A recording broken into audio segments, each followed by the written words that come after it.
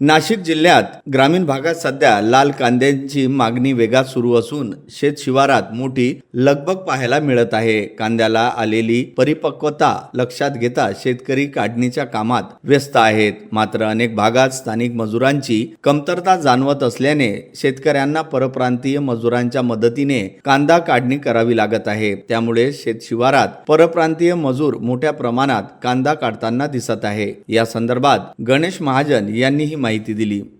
मी गणेश हरिभाऊ महाजन, राहणार शेवगे, तालुका येवला, जिल्हा नाशिक। सध्या आमच्या शेतामध्ये कांदा काढणीचं काम जोरात चालू आहे आणि इथं स्थानिक मजूर भेटत नसल्यामुळे आम्हाला मध्य प्रदेशातून दरवर्षी माणसं बोलावी लागतात आणि त्यांच्या भरोश्यावरच आमची सध्या शेती चाललेली आहे।